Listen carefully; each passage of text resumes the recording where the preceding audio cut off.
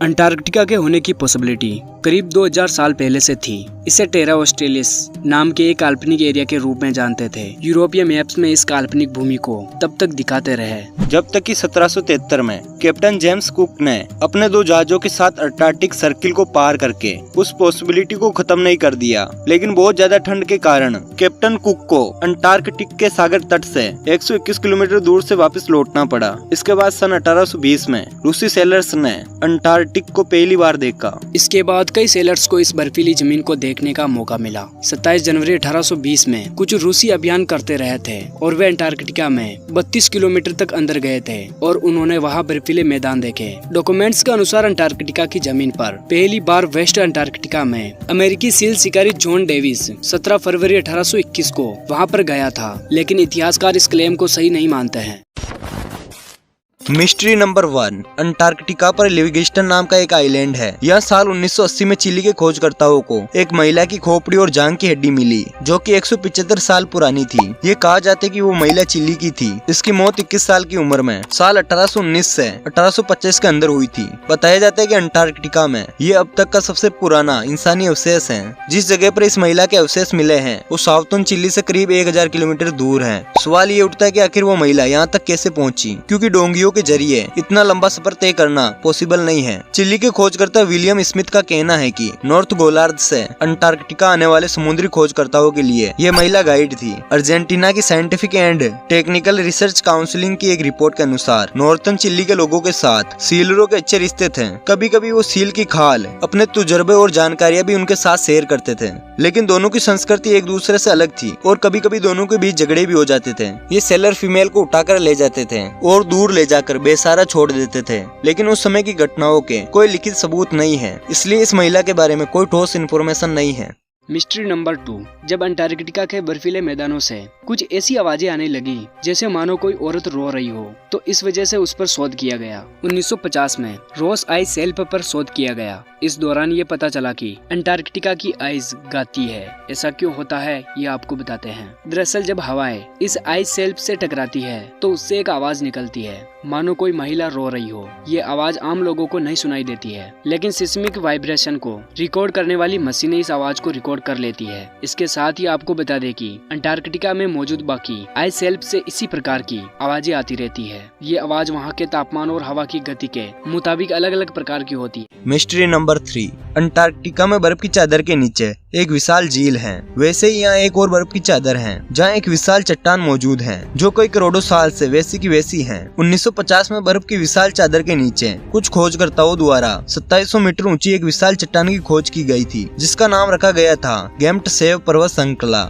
जो 1200 किलोमीटर क्षेत्र में फैली हुई है। जियोलॉजिस्टिक्स और वैज्ञानिकों के अनुसार ये पर्वत श्रृंखला करीबन 1 बिलियन साल पुरानी है और इसके पीछे का कारण भी आज तक कोई शोधकर्ता नहीं ढूंढ पाया है कि इतने सालों बाद तक भी कैसे इस पर्वत श्रृंखला में कोई बदलाव नहीं आया है।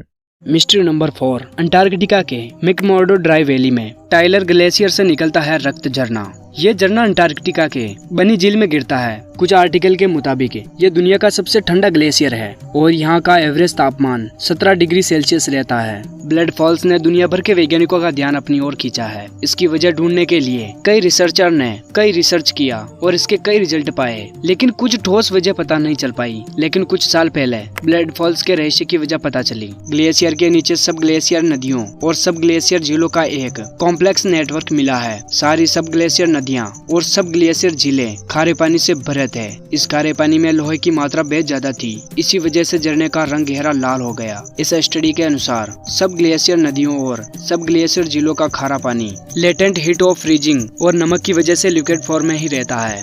अंटार्कटिका में करोड़ों साल पहले मौजूद थे रेन फॉरेस्ट।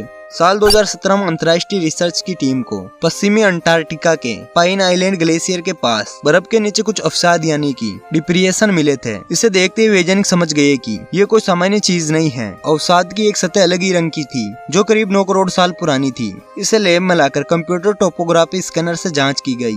डिजिटल इमेज से पता चला कि इसकी पूरी मिट्टी की जड़ों का एक घना जाल है। ये मिट्टी कोई नॉर्मल मिट्टी नहीं है, बल्कि इसमें पुरातन काल के बीज और पौधों के अवशेष भी मिले हैं। बताया जा रहा है कि ये अवशेष क्रिटिशियस काल के हैं। क्रिटिशियस काल को 14 करोड़ से 6 करोड़ साल पहले तक का युग माना जाता है। पश्चिमी अंटार्कटिका में लगभग 9 करोड़ साल पहले रेन फॉरेस्ट रेत है। ये से फॉरेस्ट फिलहाल न्यूजीलैंड में पाए जाते हैं। क्रिटिशियस काल को डायनासोर का काल भी कहा जाता है। उस दौरान धरती पर विशालकाय डायनासोर रहा करते थे। उस दौरान तापमान 12 डिग्री सेल्सियस था। गर्मी में तापमान 19 डिग्री तक हो जाता था, जबकि पानी का 20 डिग्री तक तापमान रहता था। शोध से एक और बात निकलकर सामने आई है कि कार्बन डाइऑक्साइड जैसी ग्रीन हाउस गैस से तापमान इतना ज्यादा बनाने में सक्षम है। जहाँ आज बर्फीला अंटार्कटिका है, वही रेन फॉरेस्ट हुआ करता था। 4 महीनों तक अंटार्कटिका में सूरज की रोशनी नहीं पहुँचती थी, तो वहाँ तापमान इतना ज्यादा कैसे है? ये समय वैज्ञानिकों का तर्क है कि उस समय वायुमंडल में कार्बन डाइऑक्साइड ज्यादा होने के कारण पृथ्वी का तापमान ज्यादा था। ये समय शोधकर्ताओं का कहना है कि अंटार्कटिका की बर्फ की चादर हमारे लिए काफी इम्पोर्टेंट है।